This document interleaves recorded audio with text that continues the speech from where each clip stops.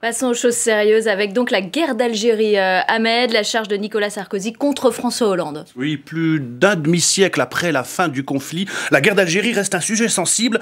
En témoigne la prise de position de Nicolas Sarkozy dans le Figaro. Le patron des Républicains il critique le choix de François Hollande de commémorer le 19 mars, date du cessez-le-feu de la guerre d'Algérie. Choisir la date du 19 mars, que certains continuent à considérer comme une défaite militaire de la France, c'est en quelque sorte adopter le point de vue des uns contre les autres. C'est considérer qu'il y a désormais un bon et un mauvais côté de l'histoire et que la France était du mauvais côté, écrit Nicolas Sarkozy. Le président Jacques Chirac avait choisi une date, celle du 5 décembre, pour rendre hommage à tous les morts pour la France de ce conflit, écrit Nicolas Sarkozy. Il faut le rappeler, le 19 mars, date du cessez-le-feu qui suivit la signature des accords d'Évian pour commémorer la fin de la guerre d'Algérie.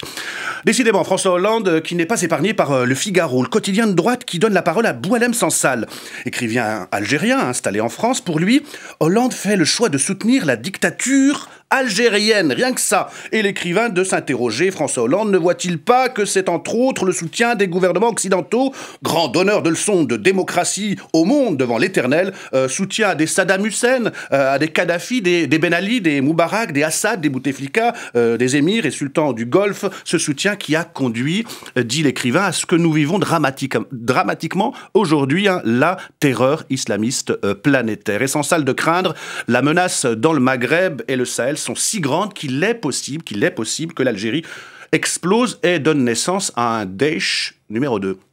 L'Algérie qui fait la une du Parisien aujourd'hui en France. Décidément, l'Algérie ne sait plus où elle va, titre votre quotidien. À la veille de la commémoration des accords d'Évian, le plus grand pays du Maghreb, dirigé par un président fantôme et miné par la baisse des prix du pétrole et du gaz, s'inquiète de son avenir. L'orage gronde en Algérie, dossier complet dans le Parisien aujourd'hui. En cause la ruine, la baisse du prix du pétrole avec le gaz et tout ce que exporte l'Algérie. Le gouvernement est désormais contraint de relever certains prix, essence, électricité, et de multiplier les mesures d'austérité, tant que les généraux redistribuaient la rente sous forme de subventions. Tout allait bien. Maintenant que les cordons de la bourse se resserrent, c'est nettement plus compliqué. Si ça dure, on peut craindre une explosion sociale qui entraînerait une crise politique. Il y a Bouteflika, le fantôme d'Alger. Il y a autour de Bouteflika le bal des prétendants pour lui succéder. Revue de détail avec le correspondant Alger du Parisien, Faisal Metaoui. Il voit 5 prétendants qui pourraient succéder à Bouteflika. Il y a Saïd Bouteflika, le frère du président, Sellal, l'actuel Premier ministre, ou Yahya, directeur de cabinet, l'homme des sales besognes, Amar Saadani, le patron du FLN, ou encore Lakhdar Brahimi, un diplomate. À noter que les réseaux sociaux en Algérie sont en ébullition depuis hier soir avec le retour de l'ancien ministre de l'énergie, Chakib Khalil. Il est rentré en Algérie, il a atterri à l'aéroport d'Oran, il a été accueilli officiellement par le Wali, l'équivalent du préfet.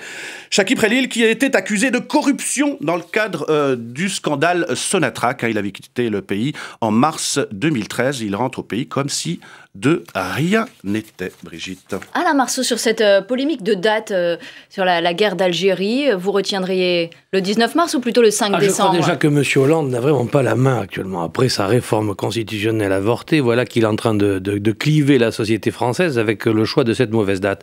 Je vais dire à M. Hollande, l'année prochaine, il faut qu'il ait encore une meilleure idée. On pourra célébrer Waterloo, pourquoi pas la 1870, la première défaite en face de la Prusse. Non, enfin, véritablement, il n'a pas la main heureuse. Je vous rappelle qu'après les accords d'Évian, on a continué à assassiner, à trucider, à égorger les pieds noirs, C'est quand même la date de cessez-le-feu qui est arrêtée dans l'histoire, excusez-moi, pour moi, c'est pas une date historique. Oui, mais c'est la date d'une défaite de la France. Excusez-moi, c'est une défaite de la France. S'il faut en plus que l'on célèbre les défaites, on pourrait en faire un jour férié, pourquoi pas. Non, c'est vraiment n'importe quoi. Vous auriez donc retenu le 5 décembre? Oh oui, encore, j'aurais rien retenu du tout. Je crois qu'il faut tirer un trait sur tout ça, sur cette mémoire qui nous fait beaucoup de mal. Un mot sur l'Algérie, parce que c'est dans votre circonscription. Non, pas du tout. Vous êtes juste à côté, alors. Je ne peux pas avoir tous les pays en guerre, je peux dire. Alors l'Algérie, en tout cas, on parle d'un Daesh numéro 2 dans la presse, c'est ce que nous dit Ahmed. Est-ce que vous craignez une explosion économique, sociale dans ce pays? Moi, je pense véritablement à une réduction de Daesh sur le contexte syro-irakien, avec un déplacement sur l'Afrique du Nord, Maghreb, Machrek. Effectivement, l'Algérie, si toutefois les choses vont si mal en matière sociale, comme vous avez l'occasion de le dire, c'est bien la possibilité, en effet, de voir... Il y a des réserves encore, elle peut tenir. Elle a encore quelques réserves. réserve. Alors combien de temps Mais il y a effectivement un fond oppositionnel violent, où nous savons tous les ancêtres du GIA, etc., etc. Et on peut craindre effectivement que Daesh y fasse son terreau, là aussi. Pourquoi l'Algérie ne diversifie pas, même si... comme vous le dites, Ahmed, il y a des réserves encore importantes. Pourquoi il n'y a pas cette diversification de l'économie qui est entamée là-bas? Parce que justement, on a fait du tout pétrole, et je distribue, redistribution. On n'a jamais créé de richesse en Algérie. On vendait le pétrole. Ça permettait aussi d'acheter la paix sociale? Bien sûr qu'on a acheté la paix sociale, peut-être à juste titre. D'ailleurs, moi, je ne porte pas de jugement sur le gouvernement algérien, c'est pas ma culture, et c'est pas dans ma circonscription, donc j'évite d'intervenir dans les affaires intérieures d'un État souverain qui réglera bien ses problèmes comme il le peut. L'important, c'est que ça n'ait pas des conséquences graves sur ce qui se passera en France. Voilà, en cas d'explosion sociale, est-ce qu'on peut craindre une vague migratoire venant d'Algérie vers l'Europe? Peut-être sans précédent et beaucoup plus importante que celle que connaît aujourd'hui l'Allemagne à l'égard ou en provenance de Syrie et d'Irak. Je le pense, oui, en effet, oui, c'est un vrai sujet. C'est même le sujet numéro 1 de la politique étrangère de la France dans les 6 mois qui viennent. On termine cette revue de presse, Ahmed, avec le dessin du jour. Algérie toujours, dans quel autre pays au monde un président triomphalement réélu pour un 4e mandat avec plus de 80% des voix pourrait ne jamais apparaître, ne jamais prendre position, ne jamais faire entendre le son de sa voix? Ainsi va la vie en Algérie, ça inspire Rançon dans Le Parisien. Hollande sur Bouteflika, ce type est formidable. Il fait rien, il dit rien, il se fait réélire. Un modèle pour moi.